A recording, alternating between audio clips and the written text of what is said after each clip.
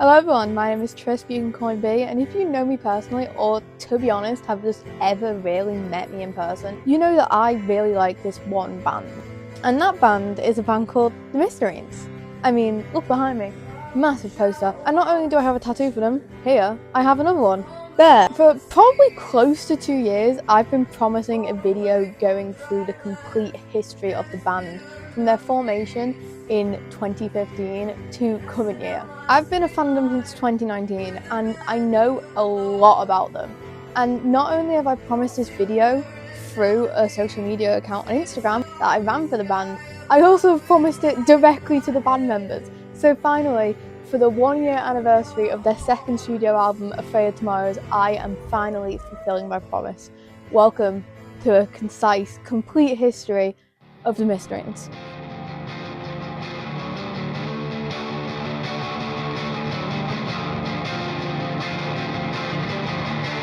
If you've clicked on this video and don't know who the Mysterines are, why?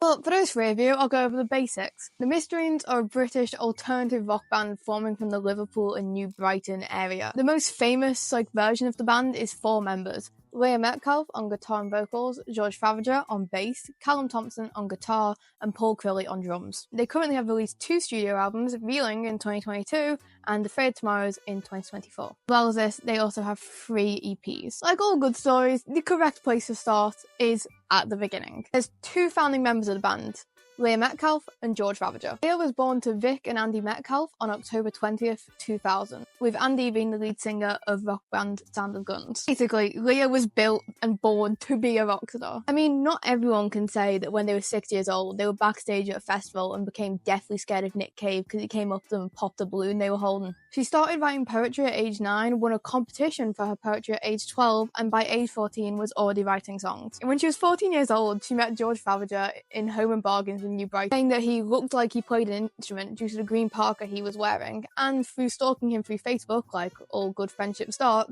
he did. He played bass. George Favager was born June 27th, 2001, making him the youngest member of the Mysterines, the baby of the band, you could say.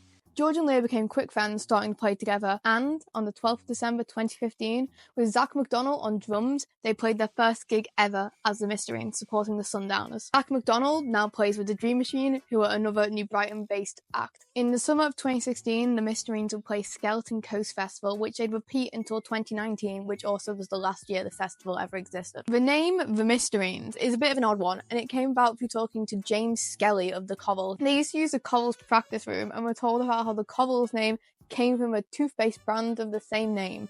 Listerine became the Listerines, which became the Mysterines. In this time period with Zach McDonald on drums, they released 1 EP, which is only available on CD, and I don't have it. I have everything this band has ever released except this 1 CD, but I do have the audio files, so I'm going to play a little clip of the 3 tracks here. You don't know me, baby, you don't know me lately, oh.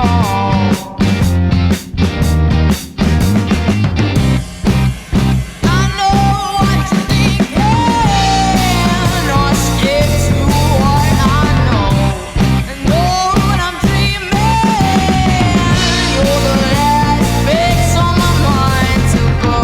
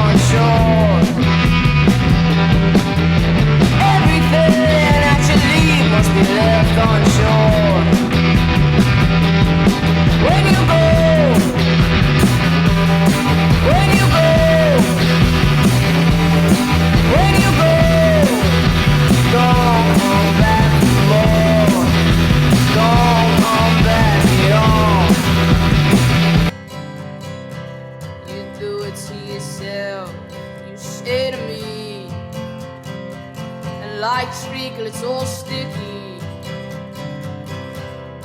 Stuck like my heart on a lining of your old sleeve.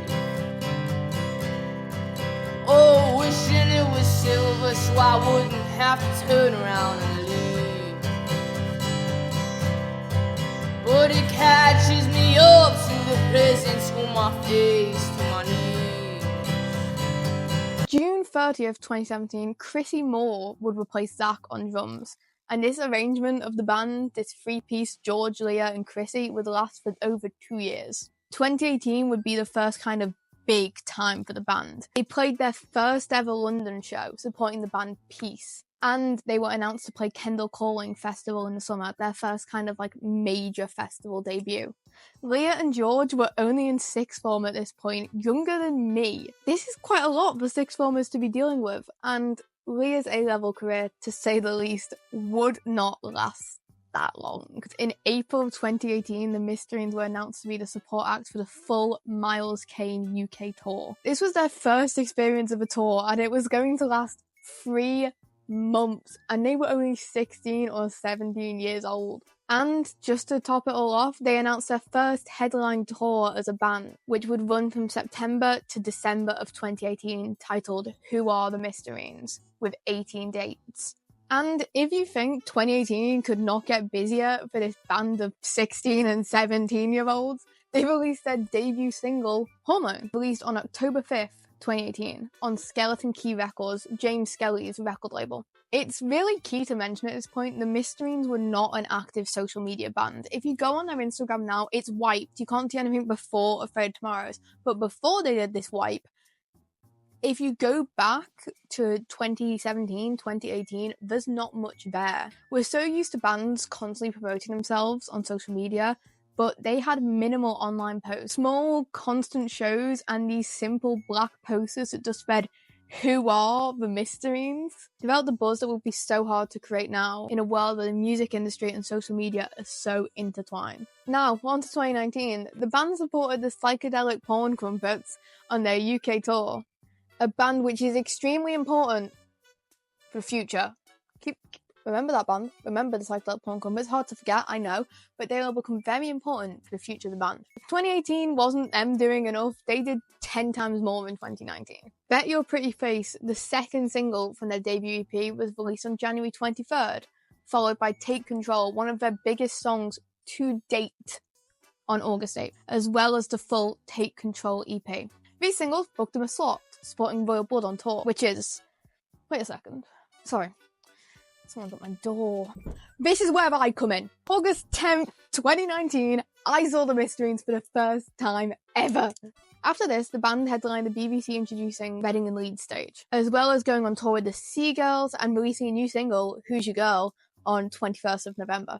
Oh, and, you know, they were also on Paul Weller's Black Barn sessions. Casual things for 18, 19-year-olds to be doing, you know, playing Reading and Leeds and hanging out with Paul Weller. Very normal. Very normal. So, let's do a quick recap. The band's no older than 19 years old. They've released their first EP, done a headline UK tour, multiple big UK support slots, played multiple festivals, including Reading and Leeds, and they were becoming close friends with major stars in the UK rock scene. Miles Kane, Paul Weller, just to name a few for now. 2020 could have been make or break for the Mysterines. They started the year with an 8-date UK tour that would just finish before COVID cut it off. I think I managed to see the last show on the tour in Liverpool on the 22nd of February.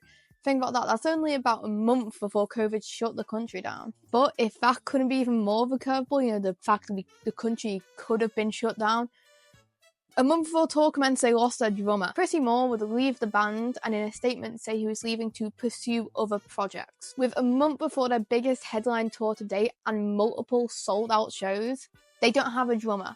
Enter Paul Crilly and Callum Thompson. Callum and Paul have been friends since they were 5 years old. As well as this, they've been playing in bands together since they were 11. They met Leah at a Psychedelic Porn Crumpets gig in 2018 because Leah couldn't get served at the bar and Callum offered her a drink from his backpack. So, with only a month under their belt as being a Mysterine, if you want to call them that, they had a full tour, known as the Who's Your Girl Tour, in which they also released another single, Love's Not Enough, on the 3rd of February. On this tour, like I mentioned, I saw the Mysterines for really the first time properly at the Liverpool Academy date. It was never really announced who Callum and Paul were and when they joined the band, so I was quite surprised to see 4 people on stage. Then the trio I had kind of known were gonna be there. But I remember 12-year-old me leaving that show and going, I love that band. You'd think COVID would, slow down a band's progress, but have you even been fucking listening to anything I've been saying? This is not a normal band.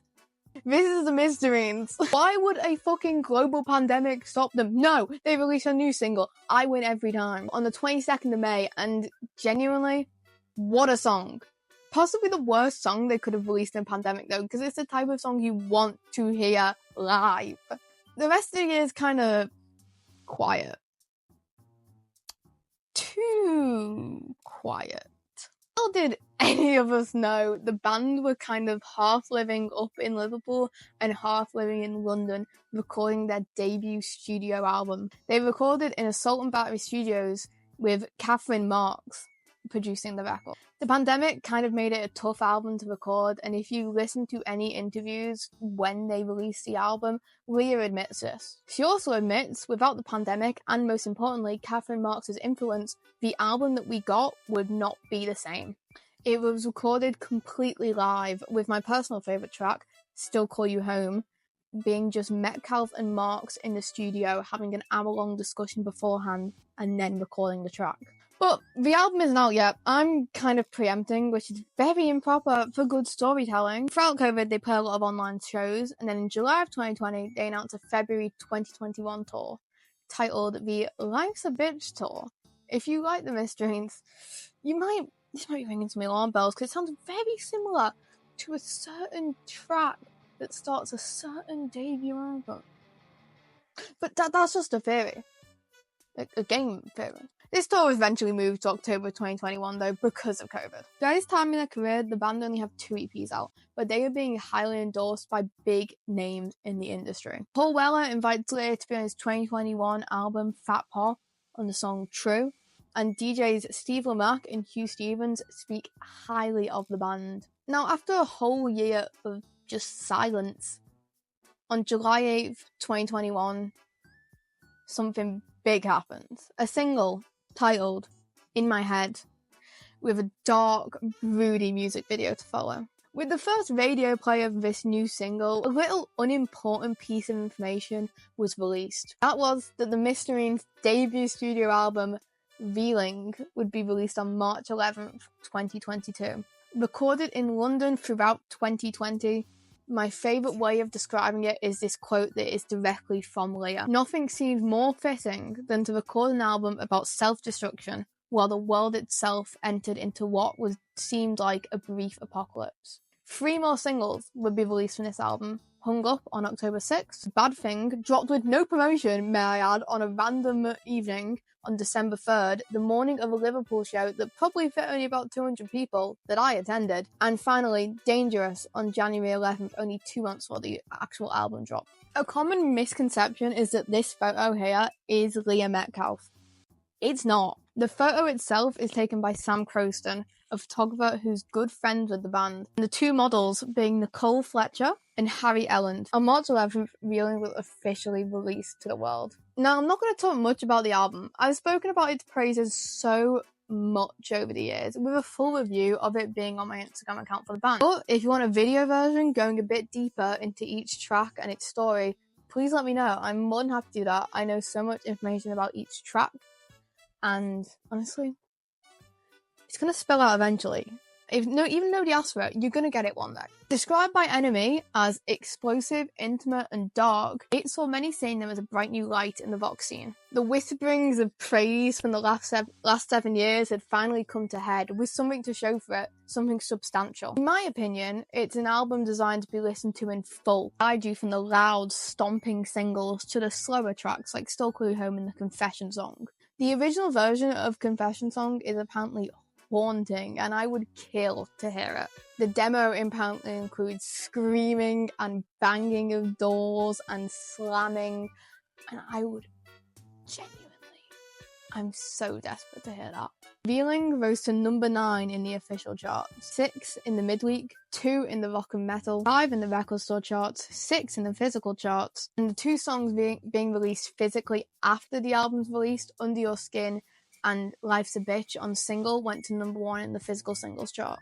Enemy gave the album 4 out of 5 stars, and many other publications gave it positive reviews. And how did the band celebrate? Well, I remember. It was a midnight live stream of them all drunkenly singing Last Night by The Strokes on their minivan on their Reeling acoustic tour. Drunk live streams and the Mysterines were never the best of friends. There's an interesting relationship going on there. In late 2021, Leah and Paul went live from Leah's kitchen at about 2 a.m.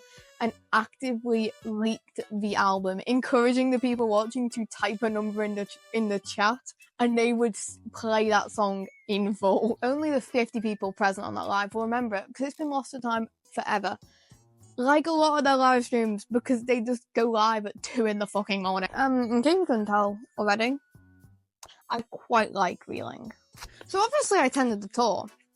Twice. The Reeling tour went around Europe and the UK in March and April, and then went to America at the band's first time in May. Then quickly followed by a support slot with Blockpart in UK. Things are just about to get busier though, because they booked a slot on Jules Holland. This was like a childhood dream for most of the band, and it was really surreal for me sitting on my couch and seeing them on my TV and going, wait, I know those guys. Leah shared a note from her primary school teacher in which he'd given her a rhyming dictionary and said in the front page, I hope to see you on Jules Holland one day. And well, it actually did happen. In September, the band got a mural painted of themselves in New Brighton, a full side of the building with their face on. It's still there.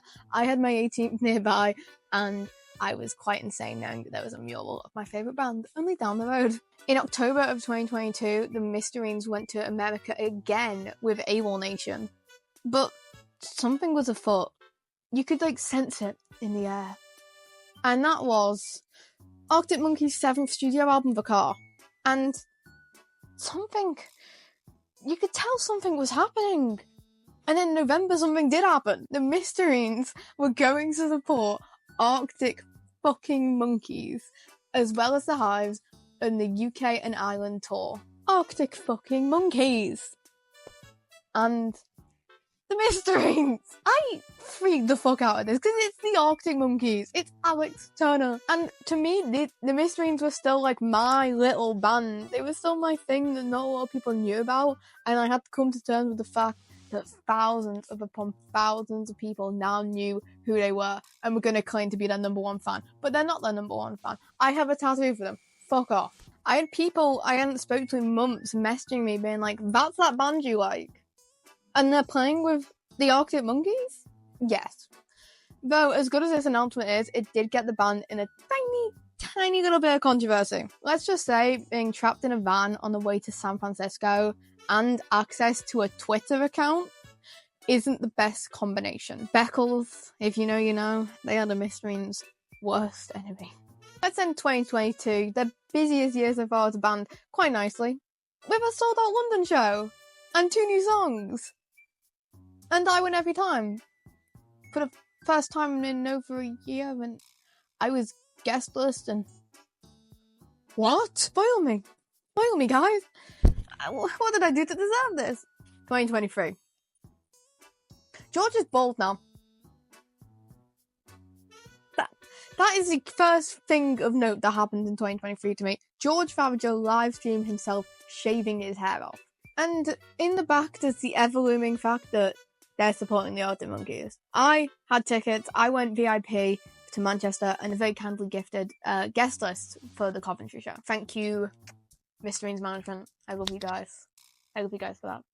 That made my whole year. On April 15th, 6 cryptic-ass photos are posted of Leia on some sort of set for a music video. And that's because on May 30th, 2023, the Mysterines released a standalone single, Begin Again. Begin Again with a new year, new tour, new logo, and new member? Dara Burke, everybody! Dara becomes a touring guitarist for the band. He's also got some very cool solo work going on under the name Dirty Bew. Please go check him out. I'll put his link in the description. The Arctic Monkeys tour, in my opinion, and probably the band would agree, was monumental for them. Watching from a fan perspective, their Spotify listeners tripled. I would go on TikTok and I'd get videos of them on my For You page, which had never happened before. People were just begging to know what this one song was, with these haunting lyrics. If only you'd take my hand. And to that, the band could only shrug. The song was written a week before the Arctic Monkeys tour started, with no release date planned at all. Looking back, it was probably quite a big mistake for the band. If they had gotten it recorded, they could have rode this wave that the new fans were bringing because of this track. But from talking to the band, in my memory, the song went through about 4 different versions before its final release. And in my opinion, that song's perfection. I wouldn't want to mess it up. The rest of 2023 is kind of quiet. I go to their performance in October of 2023 in Manchester, and I speak to them after, and they tell me, oh yeah, we're flying out. What? It's announced a day later, they're flying out. They're flying out to LA to record. They're recording with renowned producer John Congleton. If you're anything like me, you might not know producers, and you might not know who John Congleton is. If you just do one Google search of the albums he's worked on, oh my god, here is a list of John Congleton's work. Grammy Award winner for St. Vincent's self-titled 2015 album. He's worked with Blondie, Phoebe Bridgers, David Byrne, Clairo, Franz Ferdinand, The Killers, Lana Del Rey, War on Drugs. He's got some great works going on there, and some very, very big artists. They would work together over a 5-week period in Los Angeles, recording songs that the band had written in various towns in the British countryside, with over 40 tracks being written for the album. On choosing Congleton to work with, he apparently said to them, if you want your new album to sound anything like your first, do not work with me. This marked a shift in the Mysterines style of music, ditching the quick teenage angst of the music and lyrics of Reeling, and instead choosing to become more mature and vulnerable, aiming to create a haunting sound more akin to the closing song of Reeling, the Confession Song. According to the band, the documentary Meet Me in the Bathroom highly inspired the sound that they went with. The documentary shows New York bands from the 90s and 2000s, most notably LCD Sound System, Yeah Yeah Yeahs, Interpol, and The Strokes.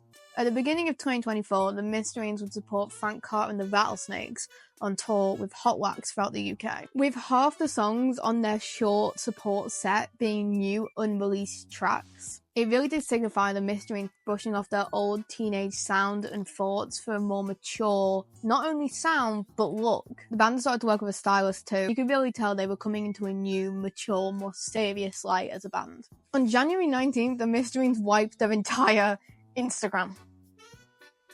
7 years of content gone. And then a lovely, not at all cryptic post appeared.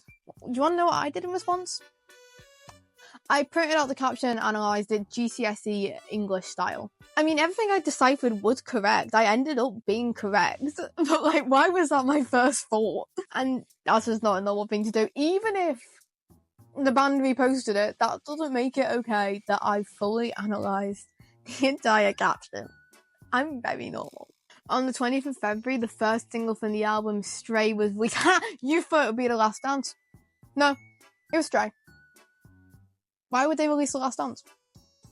No, didn't go live around it. It would be obvious to make it The Last Dance, but why would they do that? They're the Mysterines. They would not do anything normal, and I wanted it to be Hawkmoon anyway, so fuck you. It was Stray. The song had its first play on BBC Radio, where they casually announced that Afraid of Tomorrows, the Mysterines' second studio album, will be released on the 7th of June 2024. Would you like to see my reaction to that information? I was sat in this exact spot, as we are today, and I sat there like this for an hour. And then I spent 120 quid on merch. The music video for Stray is a choreographed dance routine, which is quite different for the Mysterines, and it continued this trend of Leah being the only member present in the videos. A lot of people like to bring this up as a reason for why the band aren't really doing anything anymore. But in my opinion, that's not true. Even from the beginning, Leah was the one who handled all the press, so I think a lot of the guys in the band just preferred being on the back burner and not having a camera shoved in their face, which is very understandable. A few days later, the Afraid of Tomorrow's UK tour would be announced, as well as the European tour. And then Sink Your Teeth, the second single from the album, was released on April 8th, with a music video released almost a month later on May 6th, which is probably my favourite Mysterines video to date. The song is described by Leia as a testament to the brutality of real love. Written during a time where the boundaries of pain and passion were warped amidst the chaos of addiction and desire. Later in May, it was announced that the album's release would be moved to June 21st, but this blow was lessened by a whole acoustic tour being announced, which I wasn't complaining about. I mean, acoustic intimate shows?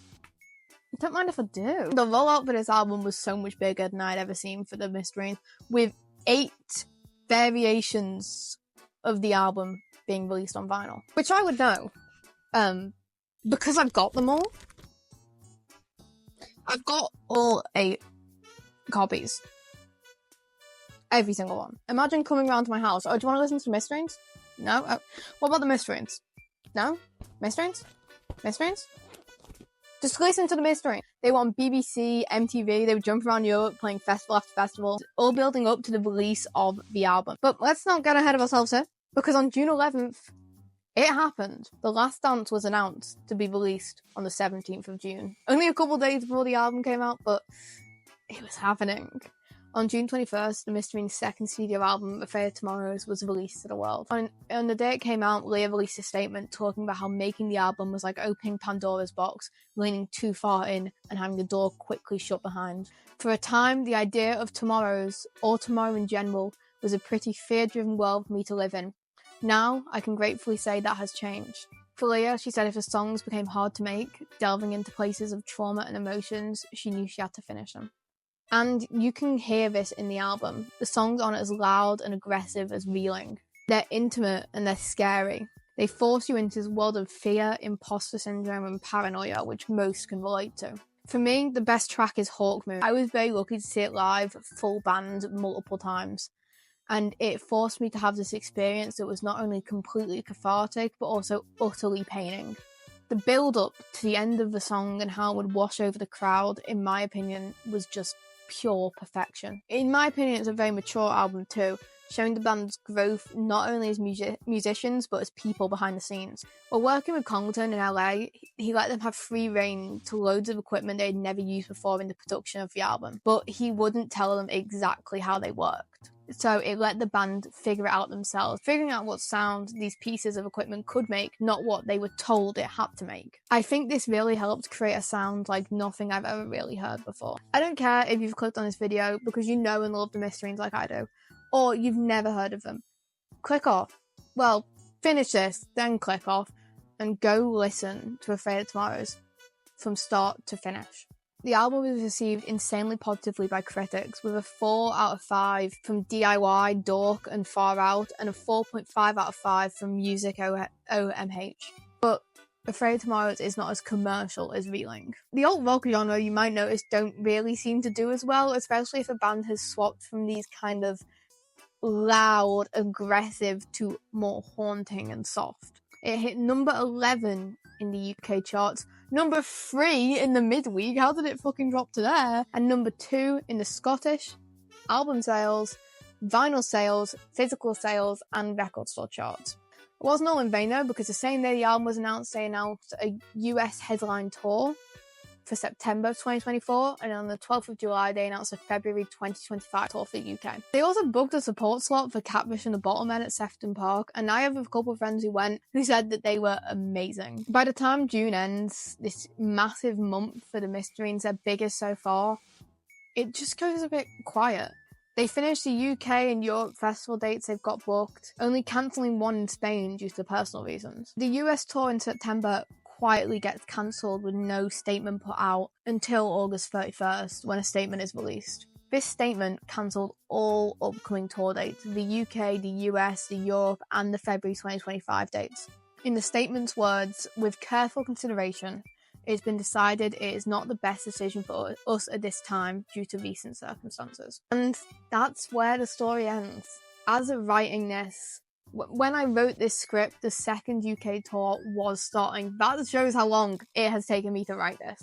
And by the time I posted this, it had long ended. And we haven't heard anything from the band since. Their Facebook account has been hacked into a poker clip site, and it's been radio silent from every other social media account they have. The band themselves, Callum's playing with the Rock and Roll Circus and many other bands as a session musician. Paul has played other shows with solo artists. George is now playing with the Heavy North, which I'm really excited about, and I'm gonna go see them. And then there's Leah. You know, the formidable lead singer of Mysterines is now a mother. In April, she welcomed a baby boy with her boyfriend. And despite what people on the Reddit may think, and people in the comment section, she's cleared it up multiple times. The tour was not cancelled because she was pregnant. She would have toured until she literally physically could have. But there isn't any sign of a follow-up statement soon. The statement released in August wasn't the band breaking up, it was that we cannot tour.